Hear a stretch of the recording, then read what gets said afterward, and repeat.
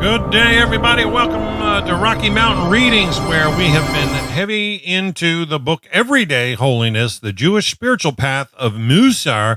And yesterday we learned a lot about compassion and order, and the connections there I thought were phenomenal, especially how disorder, I took from it, disorder tends to take advantage of compassion, and that was an answer for me. And we need to make sure that if you're going to be truly compassionate, that who you're being compassionate to understands they need to keep their life in order. And if they're just filled with disorder, they'll just take advantage of your compassion. And compassion doesn't just mean give everything away. It means, to empathize and to understand and to be moved by. But today we're into a new topic. Today we're into equanimity. And if you're not familiar with what equanimity is that even mental calmness, that composure, that evenness of temper, that state, psychological stability. And so it's very important. They call it in Hebrew, menuchat hanefesh, which is a balance of the soul. So it says, rise above the good and the bad. Shalom, Sheila. Glad to have you with us. As long as man's mind is settled, his intellectual spirit quietly stands guard, spreading its light upon his mind as if it were a torch atop the edifice of his body. Very well said. That's from Rabbi Lefin, Hespon Hanefesh, the book. My first exposure to Mussar included a lesson on inner peace, unlike any I had ever encountered. Before, it was words of Rabbi Salanter that surprised me. So he said, as long as one lives a life of calmness and tranquility in the service of God, it is clear that he is remote from true service. Whoa. As long as one lives a life of calmness and tranquility in the service of God, it is clear that he is remote from true service. So, it's not all about, that's kind of a reversal, I think, but all notions I held about the spiritual life pointed in the opposite direction. Isn't spiritual practice supposed to make us more calm? What is the point of cultivating an inner life if it doesn't result in greater tranquility? Rabbi Slanter's meaning is clear. From his perspective, if you have come to a place in your life where all the waters are becalmed and the waves have been stilled, there is a very good chance that you are in a coma, or at least deeply asleep. It's not a good place to be. Equanimity and tranquility are attractive in these turbulent and uncertain times. It's so seductive to think of a total escape from the storms and turmoil of life. The place of infinite and permanent calm beckons so invitingly that we can easily overlook the possibility that the serenity we seek would be nothing but a velvet-lined jail cell. Rabbi Slanter's view cuts right across the grain. Comfort, sweet and soft, invites us to snuggle down and fall asleep. And that can't be our spiritual goal. Many Jewish teachers liken life to a ladder or a narrow bridge. Would you want to be asleep? Neither Rabbi Salanter nor any other Mussar teacher has been interested in the soft cell, but rather truth, and especially the truth about our lives. And I confess without reluctance that the truth of my experience is that struggle continues. Despite the years of practice and learning, I continue to be challenged inwardly to experience daily effort to lift myself up against inner forces that are primed and ready to pull me down. In betrayal of what I hold as my own values, my potential, and the vision of a human being the Torah presents. What we encounter here is a very Jewish view of life. Your spiritual practice will give you many gifts, but don't expect it to relieve you of your human nature. There's a story told about Rabbi Elia Lopian, a great Mussar teacher of the last generation who had responsibility for the spiritual lives of boys and young men in a yeshiva. One student came to ask permission to go home for the weekend to attend a family celebration. Rabbi Lopian knew that the boy came from a very secular family, and he was concerned about what the boy might be exposed to at home. Like immodestly dressed women, Aren't you concerned about that? He asked the boy. Oh, no, the boy replied. I have a plan. I won't look. To which the saintly Rabbi Lopian replied, I am 92 years old, and I am blind in one eye, and I still look. Such is human nature. And Mussar doesn't point us toward a complete transcendence of who we are, as if the goal is to become something other than human, like an angel. Our efforts will be rewarded and we will make progress in our climb toward the light of holiness. But we should know that the effort will be continuous. Rabbi Adin Steinsaltz writes, the Jewish approach to life considers the man who has stopped going, he who has a feeling of completion, of peace, of a great light from above that has brought him to rest, to be someone who has lost his way. Only he whom the light continues to beckon, for whom the light is as distant as ever, only he can be considered to have received some sort of response. Wow.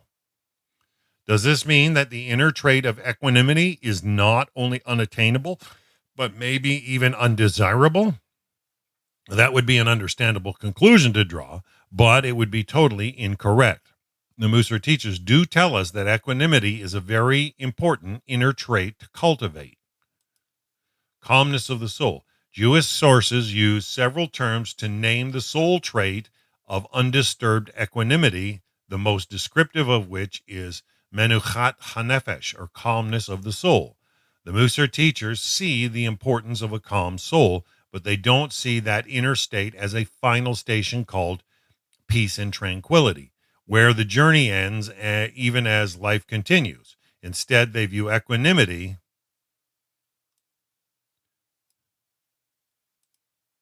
as an inner balance that coexists with a world and an experience that accepts turbulence and even turmoil, because that's just the way life is.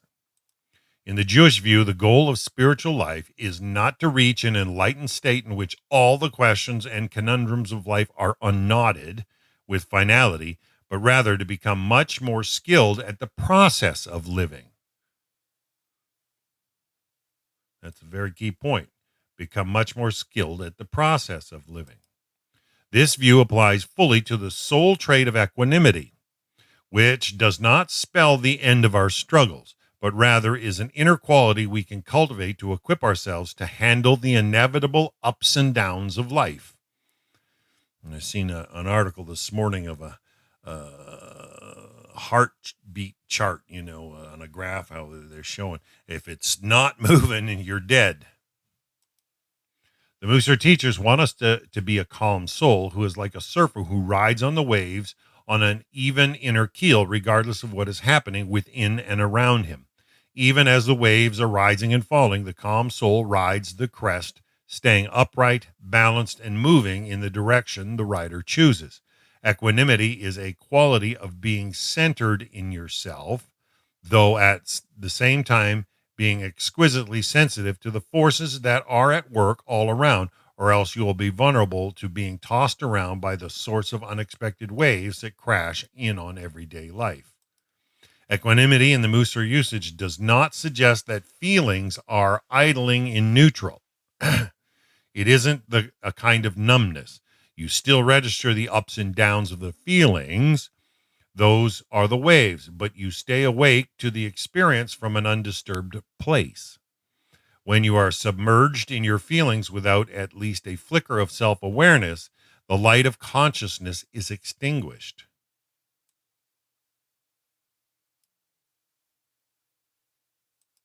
And the doors to connection and choice are closed. Wow, that's very important. When you are submerged in your feelings without at least a flicker of self-awareness, the light of consciousness is extinguished and the doors to connection and choice are closed. And this is what happens with sometimes the storms of life keep coming so fast and furious that you're just overwhelmed. You can't think, but you feel pressured to make decisions, and you got no time to meditate or think on it, or that's when you need to step back for sure. But if awareness is calmly present, even amid the storms of life, your soul maintains its connection to others and to the divine source, and free will is preserved. Tests. The situation, large and small, that crop up in everybody's life and disturb our inner peace are not just painful inconveniences. The Mussar masters say they are tests. As such, it is open to you to pass or fail. Where you get tested is in those specific soul traits where you yourself are vulnerable.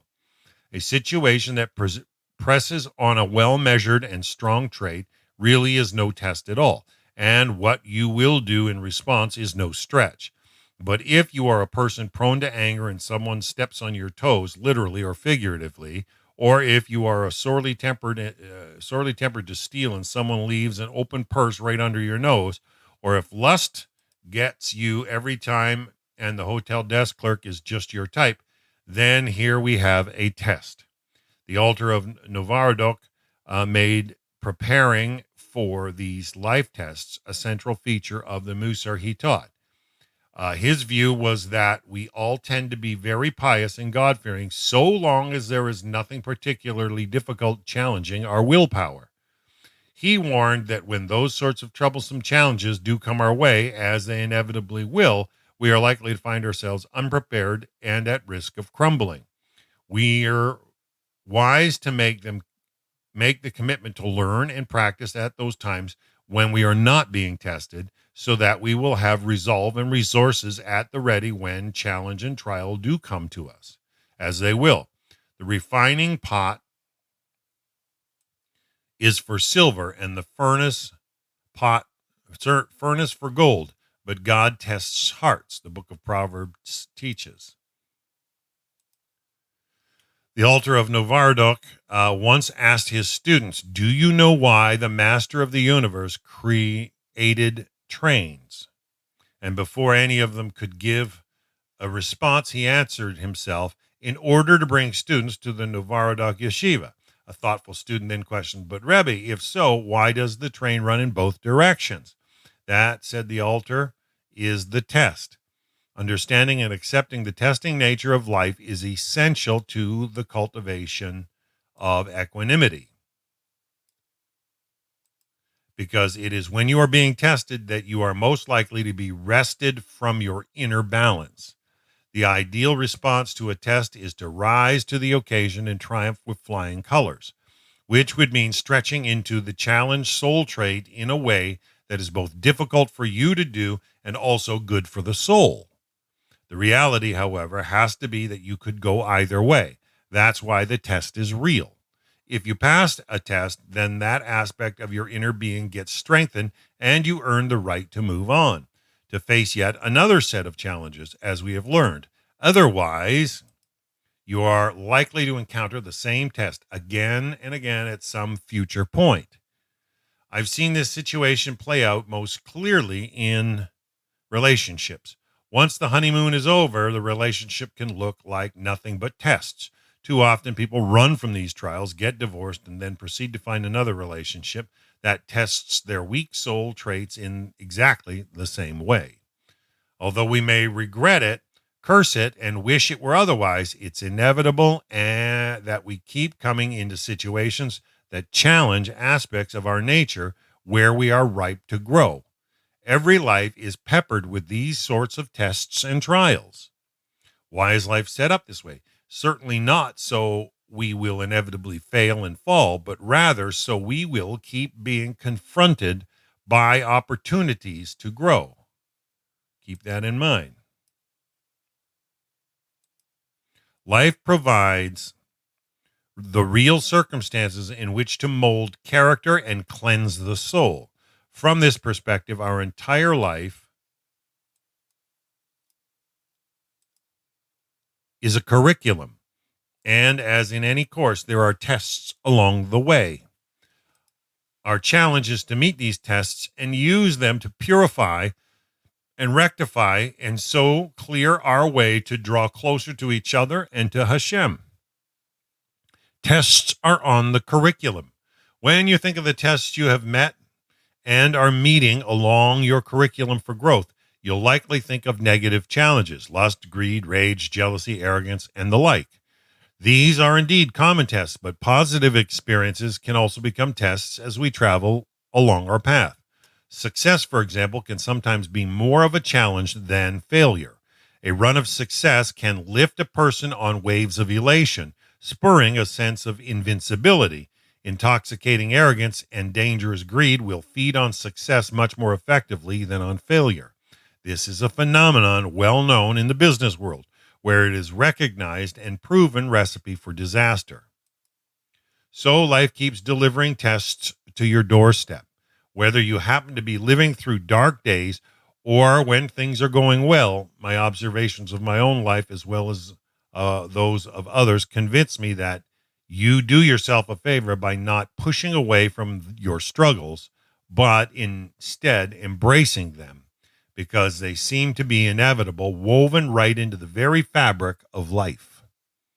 In fact, if you are committed to your own growth, you won't even want your struggles to end, because they are the very pathway to growth. The tests are the path. When we consider the ideal inner attitude you can adopt as you contend with your challenges, we are, forgive me, Achoo! We are returned to the subject of equanimity, the independent soul. In this chapter on equanimity in his 19th century Mussar book. Hi, Frankie.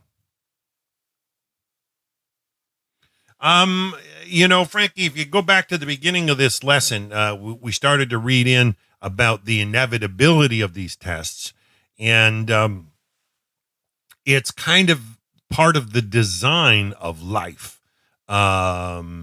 Frankie's asking, who tests us, Hashem or Yetzer Hara? It's the Yetzer Hara plays a part in it, okay?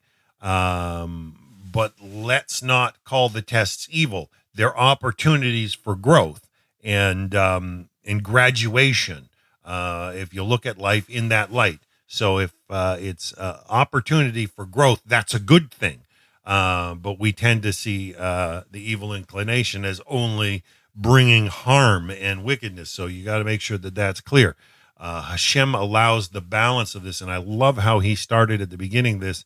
The object is not to do away with the tests of life, but to ride it like a surfer who has control of the direction of the waves. You know, you're using the ups and downs to control the direction, and that's what equanimity has to do with, having that even-keeled mind in that balance.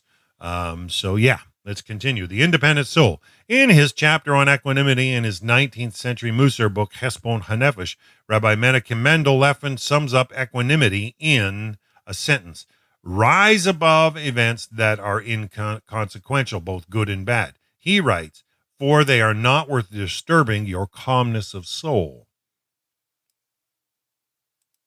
His message is that the good that happens to you is as likely to cloud your settled inner state with mental agitation as is the bad. And in either case, the emotional overload is sure to have a negative impact on your life. A classic Jewish story attributed to the great Kabbalist, the Arizal, Rabbi Isaac Luria, sets the standard for equanimity in facing the challenge inherent in both pleasant and nasty situations. A rabbi once came to one of the contemplative Kabbalists and asked to be accepted as an initiate. The master said to him, my son, may God bless you, for your intentions are good. Tell me, though, whether or not you have attained equanimity. The rabbi said to him, Master, please explain your words. The master replied, if there were two people and one of them honored you and the other insulted you, are they equal in your eyes? The rabbi answered, no, my master, for I feel pleasure and satisfaction from the one who honors me and pain from the insults of the other. But I do not take revenge or bear a grudge.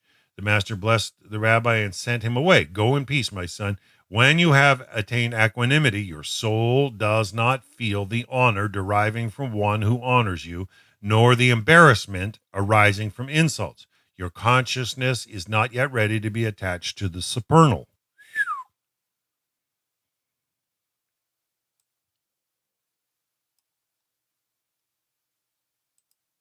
We learn something crucial about equanimity here. Calmness of the soul is described as a kind of independence. Even though you may be aware of honor as honor and insult as insult, your emotional state at any moment is not determined by the intentions and actions someone else or life sends in your direction. All sorts of feelings will come as they do in all our lives, but when you are possessed of equanimity, your inner core is not left open to being whipped around by external experiences. You are freer than that. This seems desirable, especially if we accept that life is bound to keep sending us struggles. We're going to be much better at guiding our way through life's challenges if we are not pulled off center by other people's emotions, wishes, and projections. What makes our challenges so challenging, however, is the fact that they come at us charged with powerful feelings. This is the reality that makes the test so hard. The bigger the challenge, the more we will experience feelings that will be difficult to sort out or even endure. The more you have mastered your inner calmness, however, the better prepared you are to ride the waves of feelings as they arise in you. There you go. Equanimity. Ride the feelings. Very important.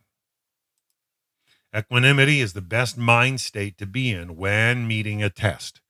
Think of being a general on the battlefield. Would you want your soldiers to be all inwardly agitated and volatile, or calm, cool, and collected? Still, we need to recognize that it isn't enough to say yes to an equanimity as if that's all that's required to strengthen ourselves with that quality. If we really want to bring the balance and poise of a calm soul into the field of action of our lives, we have to take steps that will cause the roots of equanimity to work their way deep into our inner soil. Distance yourself. How are we to attain a settled mind that keeps its composure despite the vicissitudes of life? Rabbi Leffen uses the term rise above to help us find our inner stance. And this is helpful, though I would like to suggest an alternative that shows up more frequently in the Mussar literature, and that I think is more practical. The guidance is to distance yourself. In his famous letter to his son, Rabbi Moshe ben Nachman advises, distance yourself from anger. In Orchot Chaim, the ways of life, of the Rosh were advised, distance yourself from pride. This phrase, distance yourself, shows up elsewhere as well. By distance yourself, we are surely not being told never to be angry, proud, jealous, and the like, because Mussar teachers consistently assert that this would be an unrealistic goal.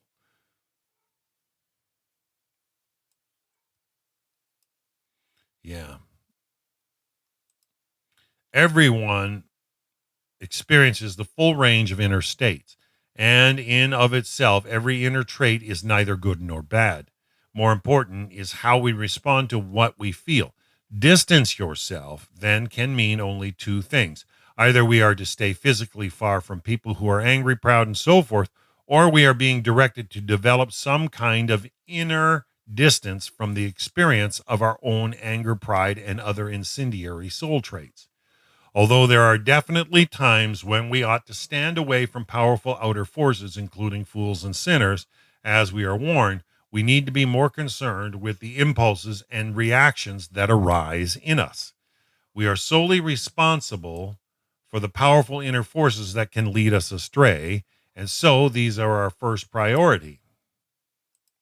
The guidance we are being given here is to cultivate an inner attitude that creates some distance between the stimulus that comes at us, whether from within or without, and our reactions to it.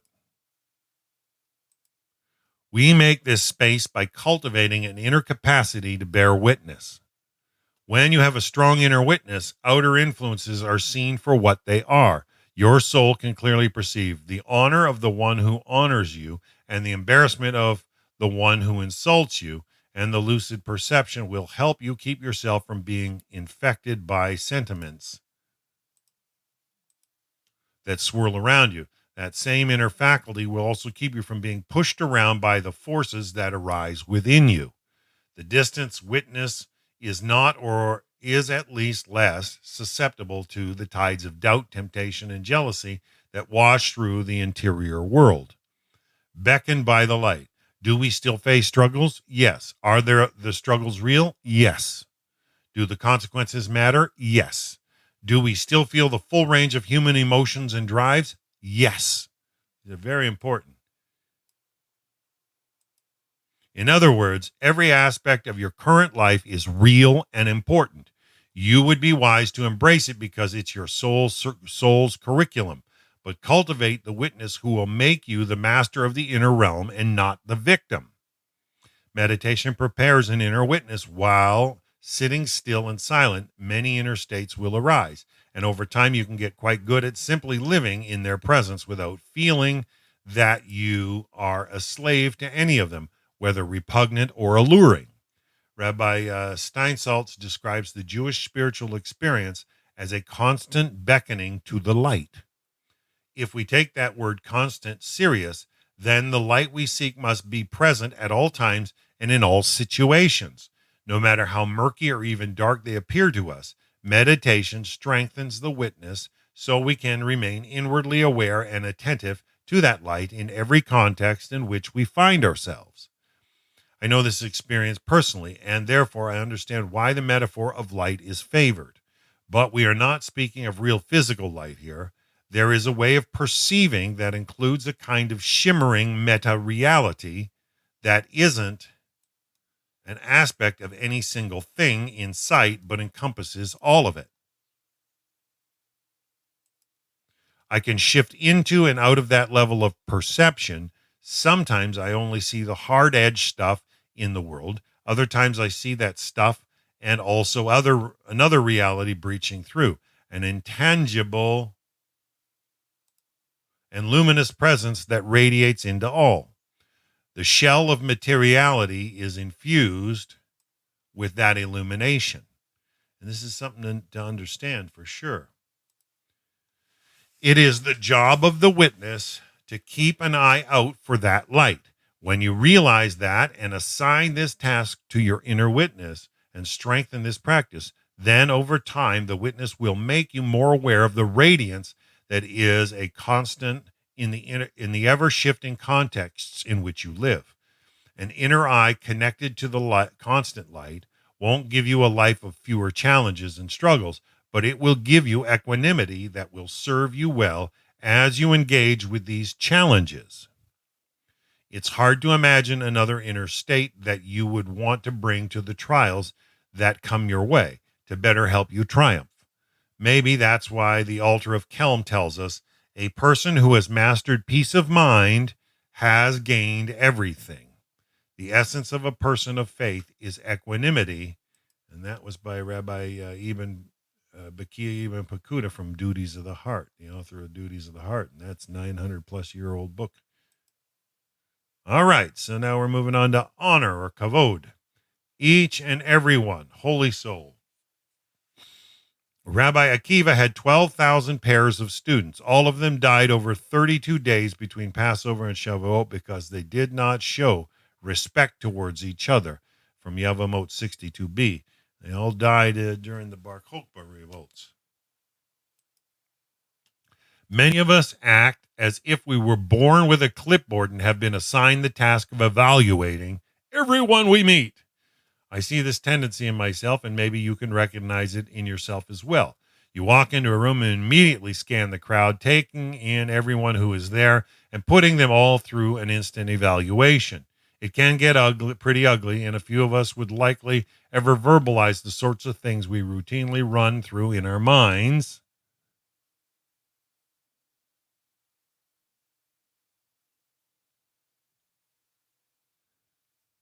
Why is light a favored word? I think he uses the term light so that we recognize the positivity in every situation. Be at peace and know that Hashem rules the entire world, Frankie. And when you see things in a sour light, you may not be looking at it clear, and it tends to agitate scenarios and situations. So light is a favored word in the sense of positivity, and it's not false sense. One of the rabbis, I think it was Rabbi Ingber on Sunday when I did a broadcast with the Nativ group, made a comment that one of the things that made Moses more humble than everybody else is that he saw in every person one aspect that they excelled in more than he did. And so that was definitely a way of, um, thinking, looking out with light rather than having a dark eye that sees negativity. I don't know if you've ever met some negative people. They're just toxic. All right. Okay, it can get pretty ugly, and few of us would likely ever verbalize the sorts of things we routinely run through in our minds as we mentally dress down other people. She wore that. Just look at that dumb face. Loud. Such a slouch. Stand up straight. Why don't you? She smokes. I'll stop and let you continue. What sorts of things do you say, only to yourself, of course, when that judgmental frame of mind has a grip on you and you are moving through life as if someone appointed you to be a judge whose job it is to assess whether or not people measure up? Let me ask, can you detect even a hint of honor in that attitude?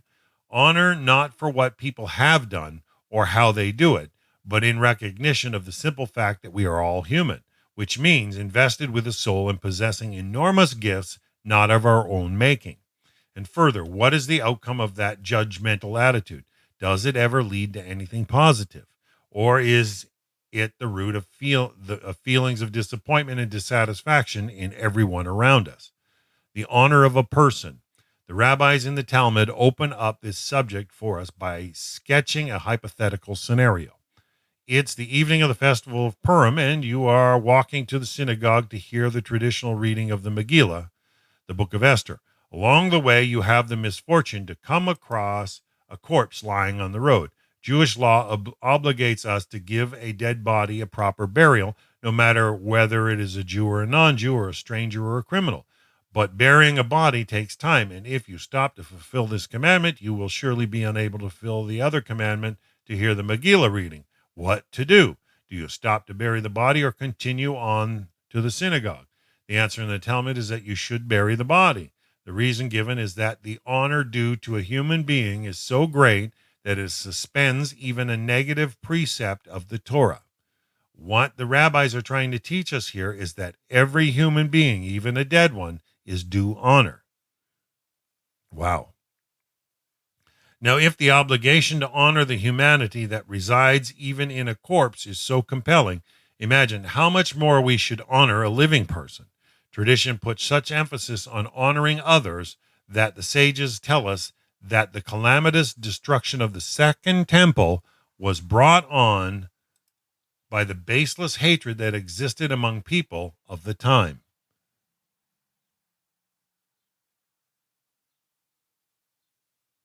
When we consider the laws and injunctions that the rabbis have decreed, often they encourage us to do things that are very good, but to which we are not naturally and easily inclined. We don't need much inducement to eat, wash, beautify ourselves, or gratify our needs. And what the rabbis have to say about these sort of activities is only that we should be moderate in our participation in them and to sacralize them. We don't generally need to be told to do them. In fact, not fulfilling these activities is considered to be affliction. But in some areas of life, the rabbis see that we clearly have to work. We have our work cut out for us. Good though they may be for us, doing certain activities doesn't come easily. To accustom ourselves to performing these sort of actions, we need to learn to be guided, to practice, and to hold ourselves accountable. We need tradition to draw our attention to this deep reality because it isn't readily evident to us. Our eye easily falls on the flaws in the trappings. That's like focusing on the gift wrap and ignoring the present within. Imagine someone sent you a painting by Picasso or Chagall, and all you could see was the dirty, tattered packaging in your hands.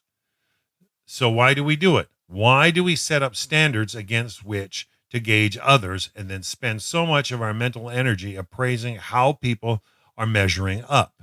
I'd be surprised if anyone ever did that other than to as an externalization of the standards against which we judge ourselves. And because we are anxious about how we ourselves are stacking up, we judge others. This is so the case. People do it because they're most concerned about how they stack up. When we find them wanting, we appear better and greater to ourselves. That's generally the way why people do it. It's a double-edged sword. They think they're by pulling others down, they think they're lifting themselves up. Whether we admit it or not, most of us want honor and feel we are not getting it. Certainly not in the measure we feel we to be our due. So the factor that drives us to be so critical of others is nothing other than our own search for honor, especially in our own eyes. There is a profound and sad reality in this. Many people just don't love themselves enough and in the right way. I found for those that are coming out of Christianity, it's such a self-abasing religion. And as we read about true humility, is about occupying the right amount of space. And when a religion's self-abasing, there's no space for anybody, and you end up becoming little in your own eyes and lacking in everything. And in the Mussar work, we are always looking for soul traits that we can elevate and improve. And that means we are awake to our imperfections. But even that self-awareness and effort ought to happen in an atmosphere of self-honor. It is a truth that we are worthy of honor. The Jewish tradition, by and large, encourages us to find a balance that represents healthy self-esteem and a proper measure of honor. This is very important. The discernment can be delicate. The respect that is due to others is due to you and me as well. Not because we are perfect or even great or even good. Your greatness is not attached to your identity, but rather to the fact that you are human and your essence is a gift of incomparable beauty and majesty. The healthiest and strongest way to tackle the practice of elevating soul traits is by setting that inner work in the context of self-honor. Very important.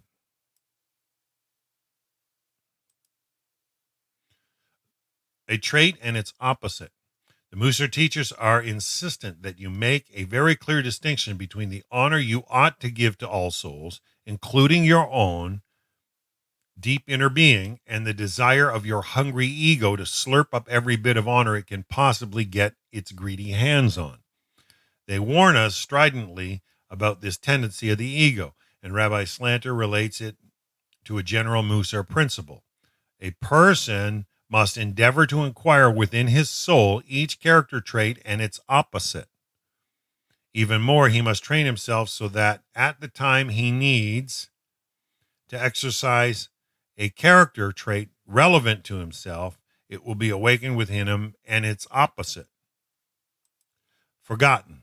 On the other hand, at a time when its opposite is required to be employed on behalf of his fellow, this opposing one should be awakened, and the foundation of that trait should be momentarily forgotten. Honor is the perfect example of this need for a trait and its opposite, about which he says, for example, to flee from honor is a precious quality. As the sages state, the desire for honor removes a man from this world. However, the reverse is true concerning others. As the sages says, who is honored? He who honors others. Do not seek honor for yourself, but go out of your way to honor others. The real concern here is the place of ego in your life. Not seeking honor for yourself reflects humility. So too does honoring others. Committing your life to ego-based honor is not even wise, because when given free rein, the ego's desire for honor is never satisfied, and a life devoted to seeking honor will pass as a life unfulfilled.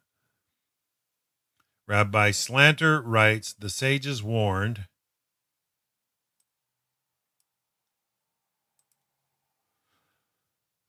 warning to flee from honor, yet in their wildest dreams they could never have imagined the extent to which our modern culture would elevate personal honor and send us off on an endless and misguided search for pedestals onto which to hoist ourselves.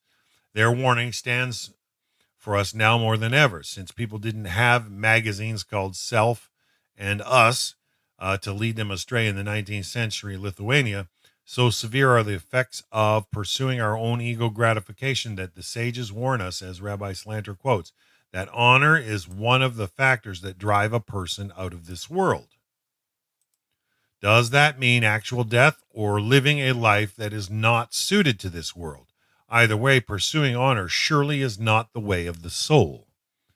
As for the other side of the equation, far from honoring others, who hasn't participated or even delighted in the public shaming of another person? While the tradition calls on us to honor others, it also warns with emphatic hyperbole to ensure we get the message. Better had a man thrown himself into a fiery furnace than publicly put his neighbor to shame. Yet too often we do just that. Equally off the mark is our tendency to rue another person's good fortune instead of celebrating with them. The other person's elevation must rouse us to joy, says Rabbi Meir Kodesh. We must remember that his elevation and honor do not take away anything from us. He is alerting us to the root issue, which is the cravings of our egos. In this way, he goes on, we will become freed from thinking about ourselves and we'll see only someone else who is doing well, and we will be glad. In the Mussar tradition, this is called developing the Ein Tova, or a good eye. Yes, where this is a question, I knew it was pointing towards a good eye, Frankie. That's where the word light comes into play. Whereas a dark eye sees the opposite. Who is worthy of honor? There is a direct connection between the ego's insistent but unquenchable craving for honor and that critical mind state in which we stand ourselves in fierce judgment over others. Even to once a pious person was walking with his disciples, even to the extent of shaming them. We judge and criticize other people in a mistaken expression of the desire we have for love and honor for ourselves. The wisdom of tradition tells us that when we act like this, we've got the whole thing backward. Ben Zoma asks, who is worthy of honor? And he answers, the one who treats others with honor. And elsewhere, the rabbis caution, those who endeavor to gain honor at the price of another person being degraded have no portion in the world to come. Very, very, very key. This is a cornerstone teaching around this soul trait. We merit honor by giving honor, yet our tendency is to withhold honor or even shame because we are hungry for honor. Could we get it any more wrong than that? To turn things around, we have to develop the habit of offering honor to others. Rabbi Bakia Ibn Pakuda tells a wonderfully illuminating story on this theme and duties of the heart. Once a pious person was talking with his disciples as they passed a rotted dog's carcass. His students said, how awful is the stench of this carcass? How white are its teeth, he responded. He looked and within the rotting mess found something to honor.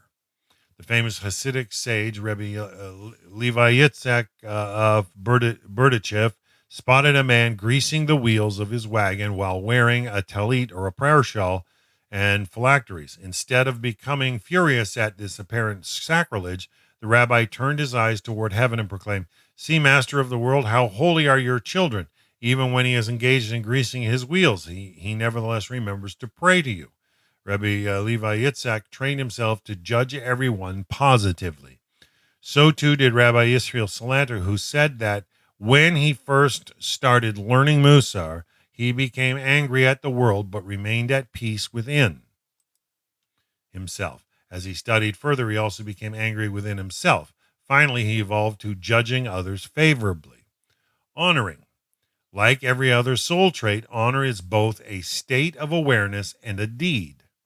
Think about it. It's a state of awareness and a deed.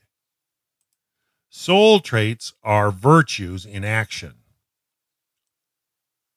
It's not enough to feel reverence. One must act reverently.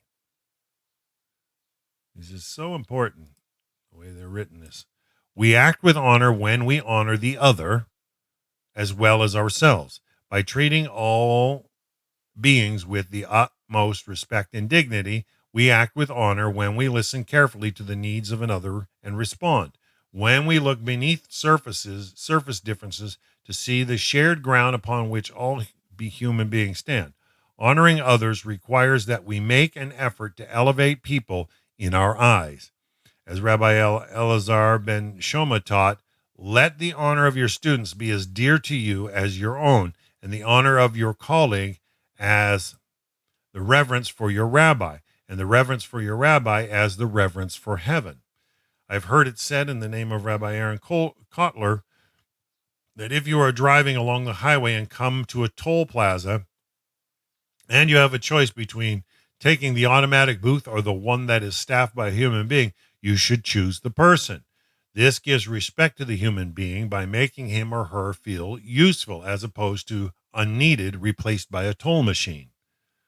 I'm not often on a toll road, so I look for more accessible ways to give honor to others. One form of honoring about which the tradition has a lot to say is the act of greeting people. Pirkei Avot urges us to take the initiative in greeting any person you meet. And the Talmud relates that no one ever greeted Rabbi Yochanan ben Zakkai before he greeted them, not even a stranger in the marketplace. Rabbi Yochanan, not the same individual, but his guidance put his guidance in a colorful imagery worthy of today's ad writers. It is better to whiten one's teeth for his friend, i.e., to greet him with a tooth-revealing smile, than to serve him milk. This is a practice any of us can do.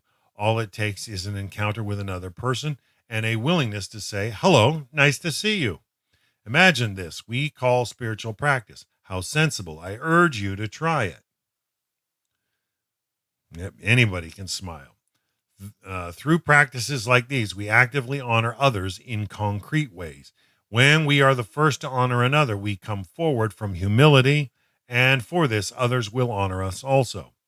Honoring others in this way does not mean giving up the power and practice of exercising judgment, but puts the focus on moving away from unwise, useless, habitual, and even destructive acts of judgment. We start to move in that direction when we recognize that the roots of the problem lie in our own fears about our own inadequacies, of which we are only too aware, that make us fear that others will not give us the honor we feel we want or need. Our test is to recognize, internalize, and act upon the teaching of the sages. The person who judges his neighbor in the scale of merit is himself judged favorably. Very important. The same Rabbi Akiva, whose 24,000 students died in just over a period of a month because they did not give each other mutual respect, was a great proponent of the teaching, love your neighbor as yourself, calling it the first principle of the Torah. He taught, beloved is man, for he was created in the image of God. This is a lesson you should fix before your eyes, like lenses through which you will see that every human being you meet is a holy soul. Rabbi Eliezer said, let the honor of your friend be as dear to you as your own. And that's from Pirkei Avot 2:10, which we will be coming on soon. This weekend, we're starting Pirkei Avot 2:9 with Rabbi Chaim Kaufman. So we finally finished 2:8 after 21 episodes. Simplicity. Content with my portion. An American visitor was passing through the Polish town of Radin and stopped in to visit the Chafetz Chaim.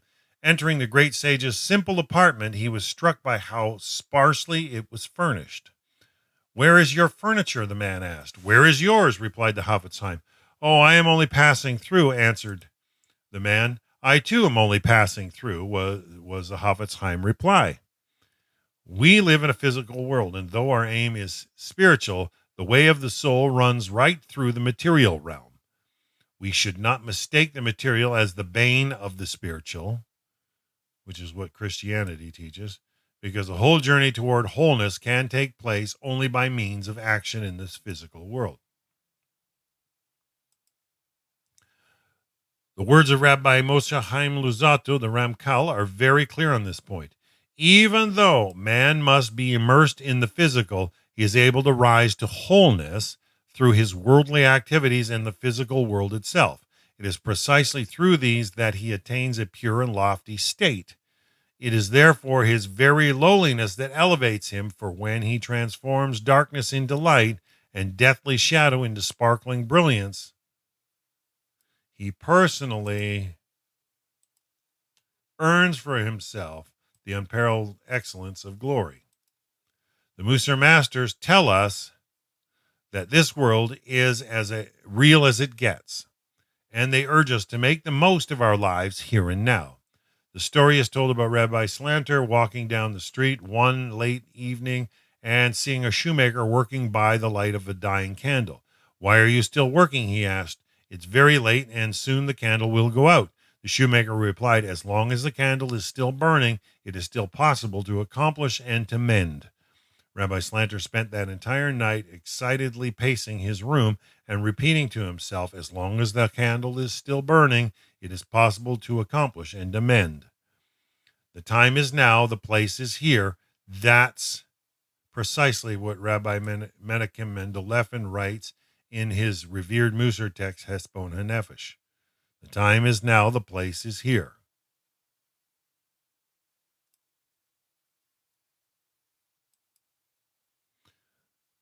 Don't allow a moment of your life to be wasted for a person even to warrant being called a human being, he says. The bulk of his time must be directed towards regaling in the delights of the supernal soul, progressively perfecting himself in this area daily. This is not true of the wicked, who waste their share in this precious life and die with nothing to show for themselves.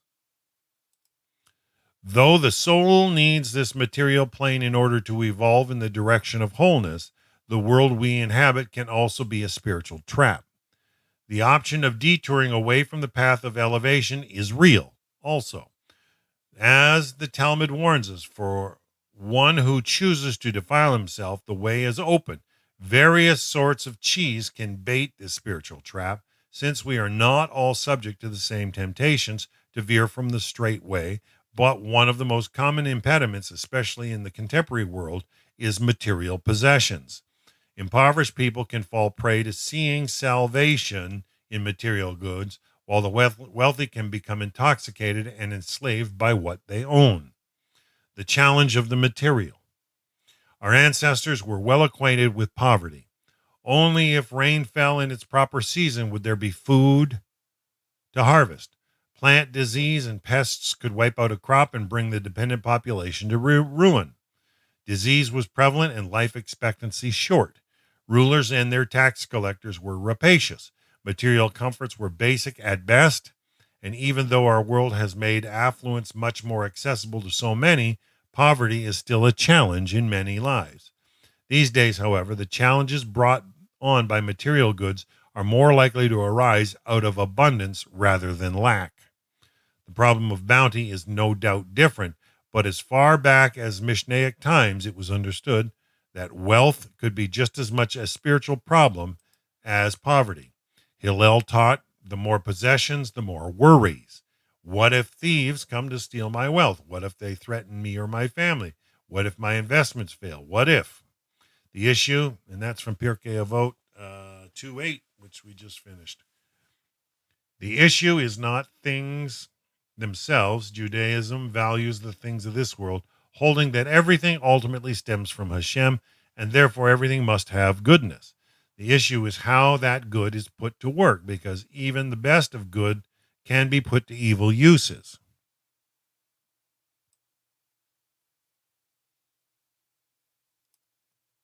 That's a big statement. Even the best of good can be put to evil uses. So this is why the issue is how that good is put to work. Like bright minds composing precise train schedules to deliver innocent people to their deaths, and too much of a good thing can be harmful, as every doctor will attest.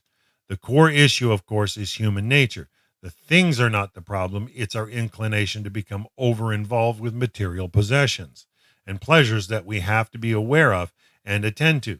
Rabbi Slanter acknowledges compassionately that this is just a feature of our earthly natures. Insofar as man is a physical being, dust from the ground, his heart inclines to the material. Therefore, he desires to eat, drink, and be merry. He loves wealth and fortune and longs for honor and dominion. He is full of self importance and seeks to delight in bodily comforts. The problem is that the allure of the material is endless, and ultimately the craving is insatiable. It's a bottomless pit mentality for sure. Man is immersed in this pursuit with all his heart and soul, wrote Rabbi Slanter, to gather and collect to further his acquisitions and increase his property. There is no end to all his labor, for there is no limit to his longing. As the sages of the Midrash have written, no one leaves this world with even half his desires fulfilled. What the Mussar teachers decree is not the material world per se, but our enslavement to it. Rabbi Dressler describes people whose hearts remain attached to the material, animalistic desires. What a pity, he writes. They are like fish trapped in a net or an animal inside a snare. They run back and forth to no avail.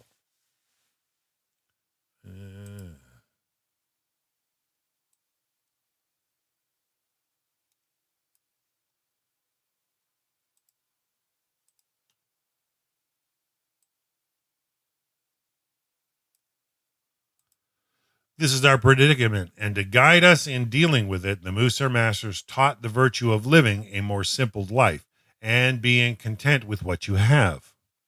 Wanting versus needing. Most of us could get by very well with less than we have and certainly less than we seek. Not only would we get by, we would actually be freed to give our time and energy to things that really do matter in this life. I know that it seems to me that I spend far too much of my time being of service to the things that I acquire with the intention that they would take care of me, servicing the car, repairing the computer, buying supplies for the household, replacing the old models, and on and on.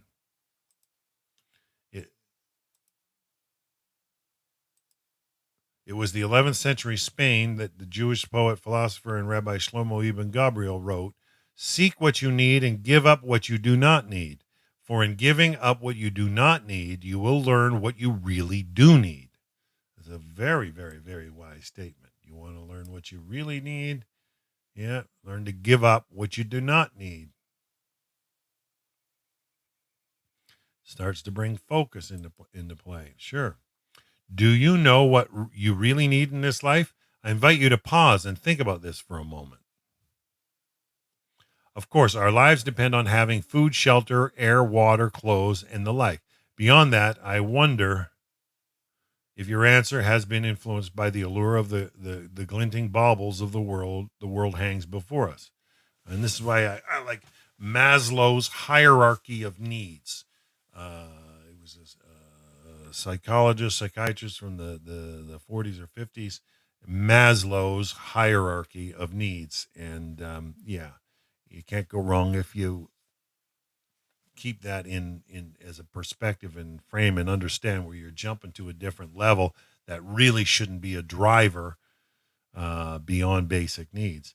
If everyone has a hot tub, I must need a hot tub too. If everyone has a food processor, a PDA, a car, a television, a diamond ring, and a Borsellino hat, how can I be expected to live without these necessities? A need is different from a desire. A need really is essential. A desire, on the other hand, is backed by an emotional force that turns it into a virtual demand. Think about it. I love that definition. A desire, on the other hand, is backed by an emotional force that turns it into a virtual demand. I love that definition.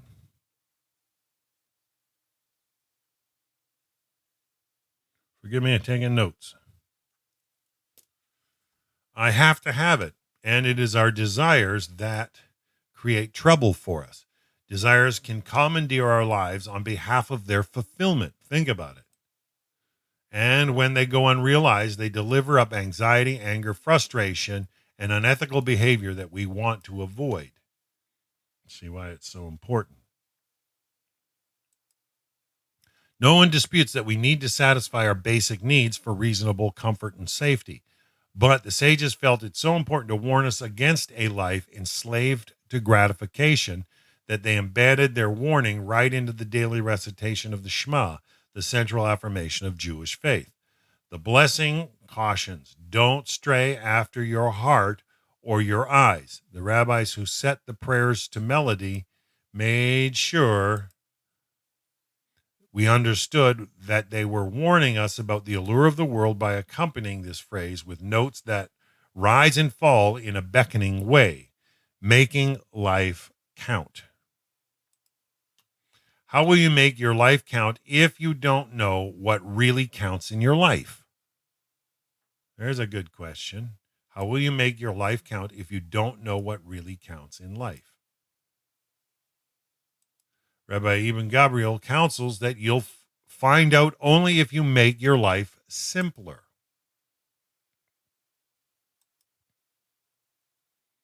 The new space you open up will invite the answer of what it is you really do need. Only then can you hope to live well under the wing of truth. Previous generations often practiced frugality just because money was truly scarce. The verb to darn, which describes what my mother would do to socks that had holes in them, hardly knows that usage anymore. We have to be careful, though, not to make a virtue of stingy self-denial. Or quote Zadakim, for example, provides an unflattering description of the extremely frugal individual who is of a constricted spirit, for whom even a trifle suffices, and he does not rush to obtain all of his needs. Yeah, and I saw this in the prairies when I lived there for a decade. Multi-millionaire farmers that would walk around looking like the street people I work with here in the West. This is the sort of individual who consumes not even a penny's worth of his own without dire distress. Because frugality can be as negative and pinched as this description suggests. For voluntary simplicity to be good for the soul, as opposed to being merely miserly renunciation. It requires not only outer action, but also a strong and positive inner attitude. Simplicity undertaken to bring the life you lead into alignment with your deepest values is a spiritual practice. Living frugally then becomes a virtue in itself. The 3 levels of simplicity: acquiring less. Pulling yourself back from the relentless pursuit of things represents the first of what the Vilna Gaon clarifies as the 3 levels to practicing this trait.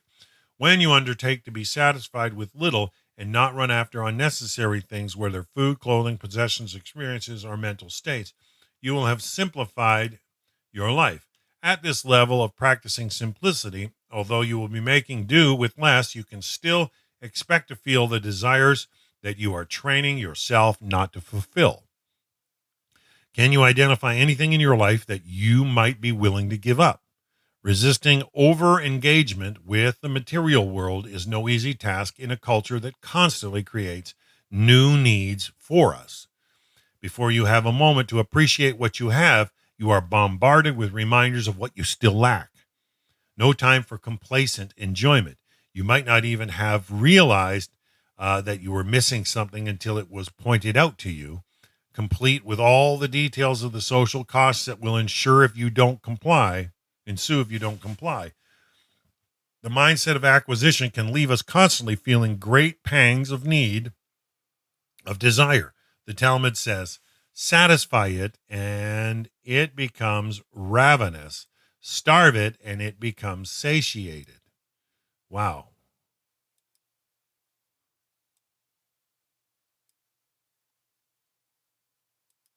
Important.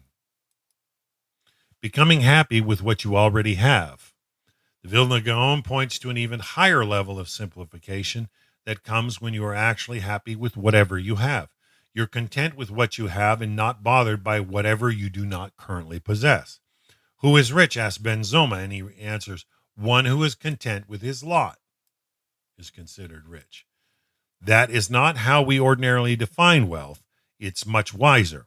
No matter how many or how few your possessions, you will actually feel the reality of your riches only if you have an inner contentment with what you have. Otherwise, you will be forever measuring yourself against someone who has more, and in comparison, you will not even see yourself as having anything. One who has 100 wants 200, our sages warn. Those who endlessly crave will not even enjoy what they already have. It's so true, eh? Those who endlessly crave will not even enjoy what they already have. One who loves money will not be satisfied with money.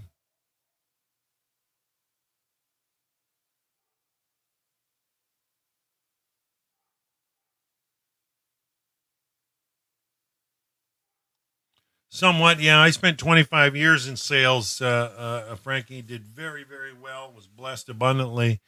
And the psychology of tapping into people's desires to buy, just to get that emotional response. Um, yeah. All right. One who loves money will not be satisfied with money. And again, from Rabbi Shlomo Ibn Gabriel, whoever seeks more than he needs hinders himself from enjoying what he has. Wow. Think about it.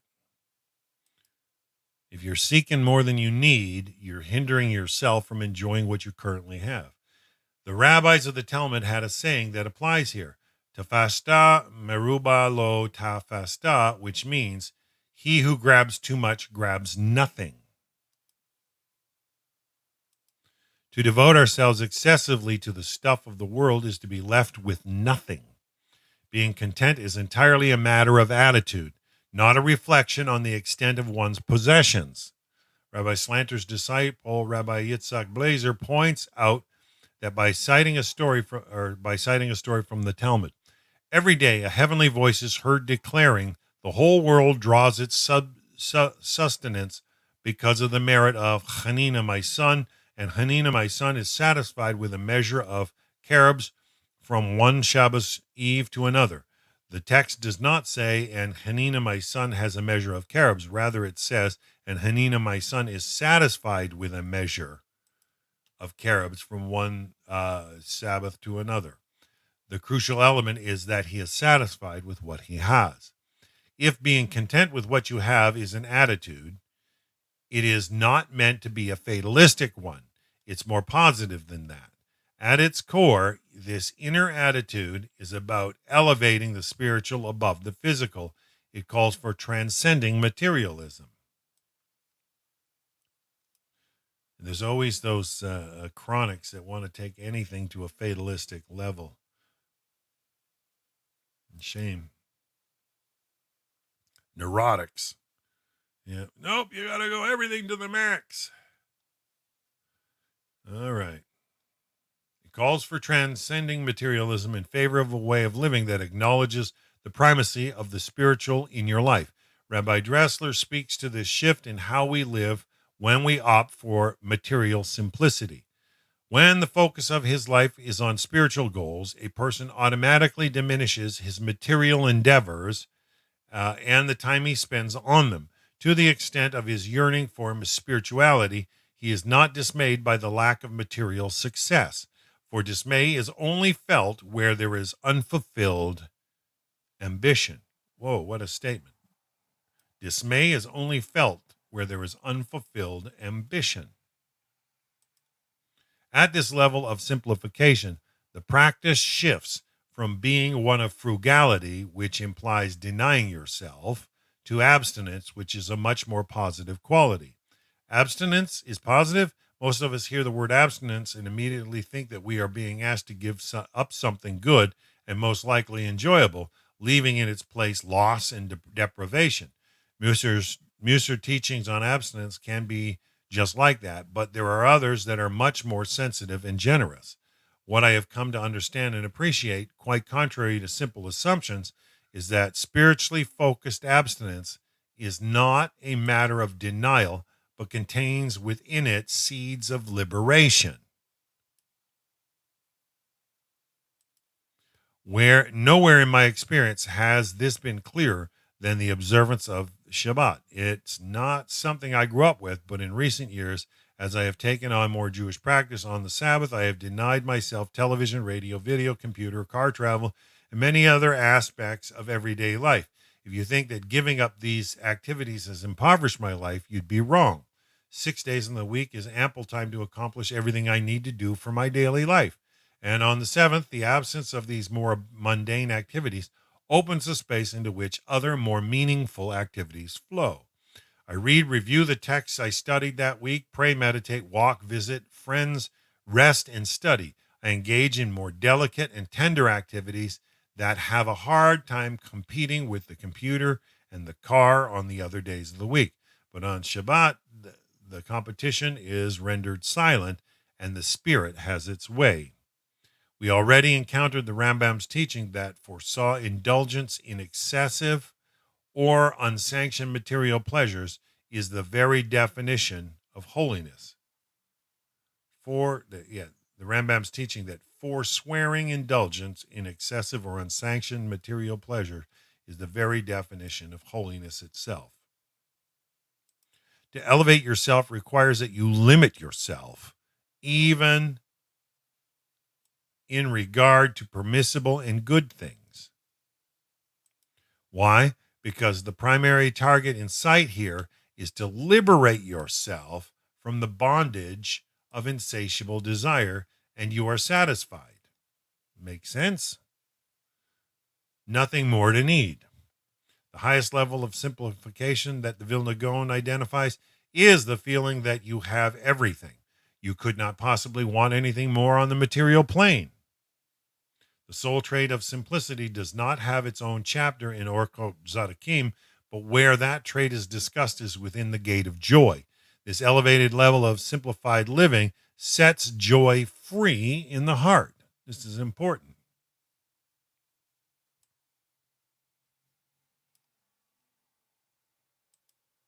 The person who bears these things is free of the worries of the world. He also finds sufficient the little he has, released from cravings in the relentless pursuit of more material satisfactions, perfectly content with what is. The heart bubbles forth with joy that is its potential and natural inclination. Wow. Yeah, joy is so necessary in service to Hashem. You can't do it with a sour and troubled spirit. Have you ever encountered anyone who lived like this? Is it a way of life that calls to you? Divine service is to be done joyfully, as the psalm says, serve Hashem with joy. The practice of simplicity and contentment makes that possible. Simplicity in the moment. There is another aspect to living with simplicity that might not be so evident, but is just as important as the subjects we've been looking at.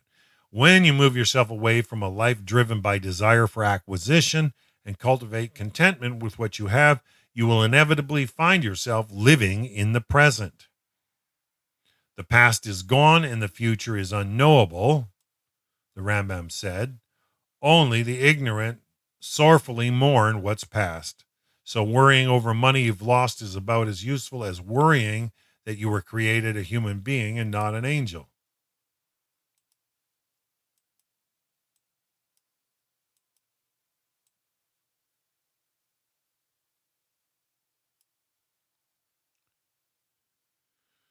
Yeah, the same happens to be true of someone who nostalgically lives in their victories of the past.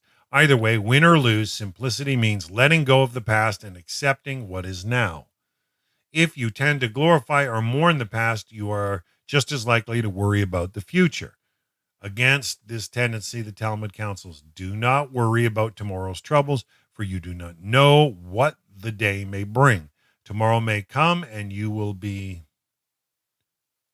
no more. And so you will have worried about a world that is not yours. The Vilna Gaon agrees, also encourages us not to tie ourselves in knots over the unknowable future.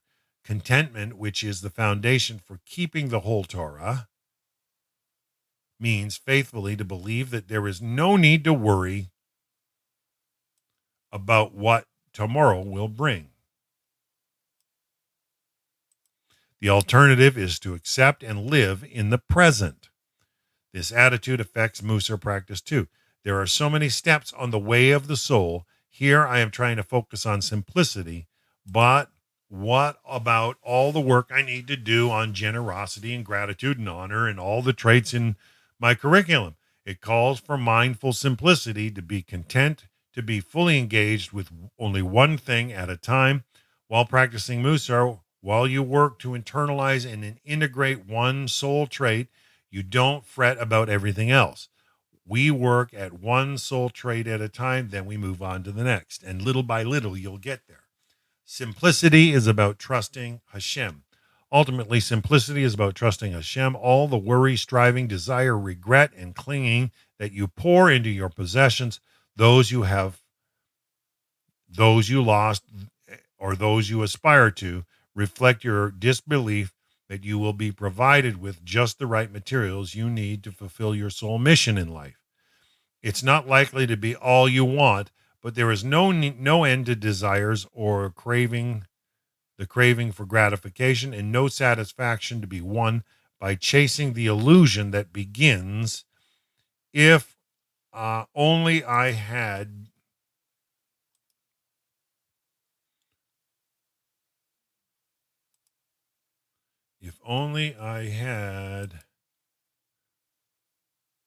Being content means accepting that you have been allotted everything you need for the present, according to a wisdom that is higher than anything your human mind can assess. Yeah, that's letting go and letting God. Yeah, for sure. Though living a simpler life might seem at first glance to be a sacrifice from a soul perspective, it is nothing less than true liberation. It's the most practical thing you can do to extricate your life from the concerns of the material, to devote to the spiritual. Simplicity brings you freedom, freedom from the bondage to possessions, freedom from insatiable desires, freedom from dwelling on the past, and from making demands on the future. Ben Zoma said, "Who is rich? The one who is happy with what he has." And think about the discontentment and how many people bring on themselves heart problems and all kinds of other issues. All right, and I think we're going to stop it there for today, but we will be back tomorrow with Zirut, or enthusiasm, because this is something that should be infectious. Enthusiasm should be infectious, and we hope you'll join us back tomorrow for more Rocky Mountain readings as we continue in the book Everyday Holiness, the Jewish Spiritual Path of Mussar. And we will be back with enthusiasm tomorrow, but we hope you enjoyed today's messages. Beautiful, beautiful material. There's definitely stuff there that we can integrate. And I want to thank everybody that popped in their heads into the YouTube and Facebook. It's always a joy to see some regulars and meet new people. It just means much to me, and I love getting the feedback because it gives me direction for where to go with what book next. And if it's not worth the time, inevitably, then we may have to drop Rocky Mountain readings. But I got to go one day at a time. And if there's still people that are willing to and open to hearing readings of traditional Jewish literature, I'm going to keep going. But if they're not, I'm not going to waste my time. I'm happy with my possession, with what I have. I don't have the insatiable desire to keep doing these, but it's a joy, and I look at it that way. So I look forward to tomorrow talking about enthusiasm, and hopefully we can see how infectious this can be, and yeah, hopefully it works for you. So